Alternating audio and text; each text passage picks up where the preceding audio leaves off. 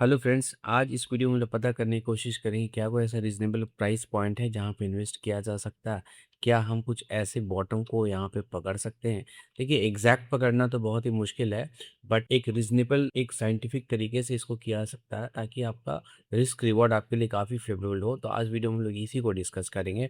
देखिए यहाँ पे हमारी आपसे एक्सपेक्टेशन बहुत ही छोटी है। पहला एक्सपेक्टेशन आपसे ये है कि आपको चार्ट देखना आता है, रीज़नेबल तरीके से चार्ट देखना आता हो और आप चार्ट में कोई इंडिकेटर लगा सकते हो। सिर्फ 2 ही एक्सपेक्टेशन है, इसके बेसिस पे हम लोग प्राइस पॉइंट पे पकड़ने की कोशिश करेंगे जहाँ पे हम एक इन्वेस्टमेंट का डिसीजन बना सकें। तो एक बार सीधा टाइम नहीं वेस्ट करते इसलिए हम लोग चार्ट पे चलते हैं। देखिए हमारे सामने रिलायंस का चार्ट है। पिछले साल मार्च के महीने में रिलायंस काफ़ी गिरा था, तो क्या कुछ ऐसा तरीका था कि यहाँ पे हम लोग इन्वेस्ट कर सकें? देखिए हाइंडसाइड में बताना आसान है। देखिए एक छोटा-सा कैवेट है इसमें कि बड़े स्टॉक में या वैसे स्टॉक जहाँ पे लिक्विडिटी है सिर्फ वहाँ पे ही चलेगा। अगर आप पेनी स्टॉक में या स्मॉल कैप में ट्राई करेंगे जहाँ पे लिक्विडिटी काफ़ी हद तक प्राइस मूवमेंट को इम्पैक्ट कर दे तो वहाँ पे ये नहीं चलेगा।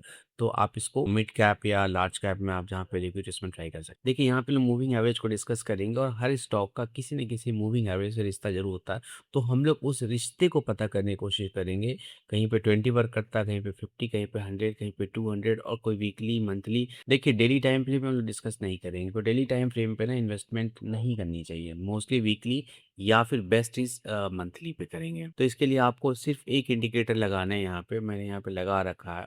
देखिए मैंने ट्रेडिंग में भी लगा रखा है, अब जिस किसी ब्रोकर को आप यूज़ करते हो वहाँ पे आप इसको लगा सकते हैं। आपको सिंपल इंडिकेटर है 20, 50, 100, 200। जब कभी ऐसा कोई समय आया तो आपको देखो, आप यहाँ पे आप इसको टाइम फ्रेम को आप वीकली पे ले जाओ और आपको ज़बरदस्ती इसमें पैटर्न फाइंड करने की इसमें कोई रिक्वायरमेंट नहीं। देखिए अगर वीकली टाइम फ्रेम पे देखेंगे तो ये हमारा 200 मूविंग एवरेज है वीकली का। कोरोना के टाइम पे इसने यहाँ पे सपोर्ट लिया था, फिर आगे चला गया था। इसी तरीके से यहाँ पे पिछले साल भी यहाँ पे सपोर्ट लिया और आगे चला गया। यहाँ पे भी इसने सपोर्ट लिया और आगे चला गया। तो ऐसे केसेस में हमारा गुड प्राइस पॉइंट है इन्वेस्ट करने के लिए। अगर कभी नीचे आए तो यहाँ पे आप एक छोटा-मोटा इन्वेस्टमेंट का आप सोच सकते हैं।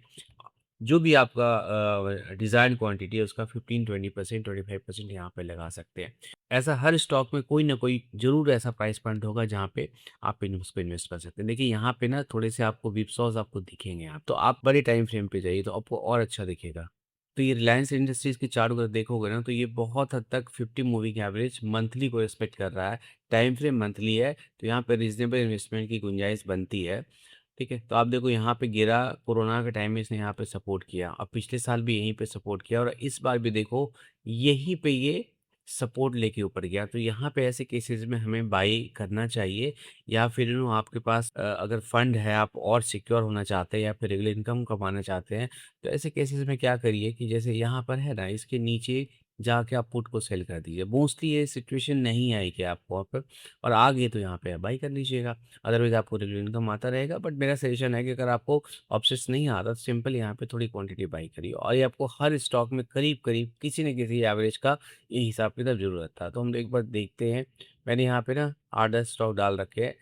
अगर आप टीसीएस में देखोगे, टीसीएस में क्या हो रहा है कि 50 मूविंग एवरेज को ये रिस्पेक्ट दे रहा है, यहाँ पे रिस्पेक्ट दिया, यहाँ पे इसे रिस्पेक्ट नहीं दिया और इसे नीचे आ गया तो काफ़ी बड़ी गिरावट आ गई। तो अगर आप 15-20% अगर आप लगाएँगे यहाँ पे ना, तो आपका लॉस भी कम होगा क्योंकि एग्ज़ैक्ट टॉप बॉटम तो कोई नहीं बता पाएगा। अब हम लोग दूसरा चलते हैं, एचडीएफसी बैंक देखिए। एचडीएफसी बैंक में आप देखिए तो यहाँ पे भी 50 मूविंग एवरेज का था, जब इसको ब्रेक किया इसके नीचे आ गया। देखिए आप भारती एयरटेल में कितना ब्यूटीफुली ये काम कर रहा है। यहाँ पे 20 मूविंग एवरेज काम कर रहा है देखिए, यहाँ पे देखिए, यहाँ पे देखिए, यहाँ पे देखिए, यहाँ पे देखिए। तो हर जगह 20 मूविंग एवरेज मंथली में आपके प्राइस पॉइंट्स बन रहे हैं जहाँ पे आप इसको इन्वेस्ट करने का सोच सकते हैं। तो ऐसे आपको प्राइस पॉइंट आपको ढूँढने पड़ेंगे। देखिए अगर पैसा लगाना तो मेहनत तो करनी ही पड़ेगी। यहाँ पे भी देखिए, ये हमारे पास आईसीआईसीआई बैंक का चार्ट है मंथली टाइम फ्रेम पे। ये 50 मूविंग एवरेज को सपोर्ट कर रहा है, तो हमारा अगर इसमें और डाउनफॉल आता है तो 50 मूविंग एवरेज पे जाने पे हम इसमें बाय करने का सोच सकते हैं। देखिए बहुत शानदार से दिखाता हूँ आपको। यहाँ पे वीकली का 200 मूविंग एवरेज है, कहाँ पर आ रहा है? करीब-करीब 1124 के आस-पास आ रहा है। इसको मंथली पे जाइए। मंथली पे में क्या देखा था? 50 पे सपोर्ट बन रहा था। 50 कहाँ? 1106 पे आ रहा है। तो 1110 1120 के रेंज में आपका बहुत स्ट्रॉन्ग बाई जोन, अगर बाई चांस कभी भी आता है वहाँ पे, अभी आ जाए, 6 महीने बाद आ जाए या फिर 50 मूविंग एवरेज आ जाए, तो आप वहाँ पे ज़रूर बाई करना। तो ऐसे केसेस आपको बनेंगे और हर स्टॉक में कहीं न कहीं आपको मिलेंगे। देखिए यहाँ पे विप्रो का चार्ट है आपके पास। विप्रो के चार्ट में भी देखिए यही हुआ, तो यहाँ पे भी आपको 100 मंथली के पास आने के बाद आपको प्राइस ने रिएक्शन दिया, प्राइस ऊपर आने की कोशिश कर। देखिए थोड़ा बहुत विप्सा होगा जो कि आप लॉन्ग टर्म इन्वेस्टमेंट करेंगे ना, तो यहाँ पे 204 है, 180, तो अभी भी आपका स्ट्रॉन्ग बाय जोन है विप्रो का यहाँ पे। It's not a recommendation to buy. यहाँ पे देखिए ये हमारे पास ये है आईटीसी का चार्ट है। तो आईटीसी में जब कभी इन केस अगर आपको प्राइस नीचे आता है तो इस रेंज में आप इसको बाई कर सकते हैं। देखिए मारुति की चार्ट पर देखोगे ना, तो आपको 20 मूविंग एवरेज पे आपको हमेशा ही कंटिन्यूअस इसमें सपोर्ट मिलता रहा है, और इस बार भी थोड़ा नीचे गया है, थोड़ा गया है इसमें मेरे ख्याल से 500 पॉइंट नीचे गया है, बट यहाँ पे भी सपोर्ट लेके ऊपर आ गया। तो 20 मूविंग एवरेज यहाँ पे सपोर्ट करा, तो हर स्टॉक में आपको अलग अलग मिलेगा। लास्ट एक चार्ट देख लेते हैं बजाज फाइनेंस का। देखिए बजाज फाइनेंस का अगर चार्ट देखोगे ना, आपको क्या दिख रहा है यहाँ पे, 50 मूवी का भाई मंथली पे सपोर्ट लिया, यहाँ पे भी सपोर्ट लिया इसने, यहाँ पे ये ऊपर चला गया, तो आप हमेशा कंपेयर कर सकते हो कि हमें तो सर मौका मिल ही नहीं रहा है। तो वैसे केस में आप देखो ना, आपको क्या करना है कि यहाँ पे इसके नीचे का पुट बेच दीजिए।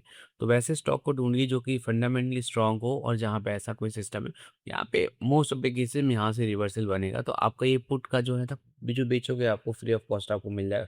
अगर आपके पास पैसा है, उसको कैश बैक्ड है, बाद में अगर आप खरीदना चाहते हैं तो ठीक है। तो हर स्टॉक में आपको मिलेगा। निफ्टी बैंक निफ्टी में थोड़ा-सा मुश्किल है, क्योंकि निफ्टी बैंक निफ्टी में बहुत सारे कंडीशंस काम करते हैं।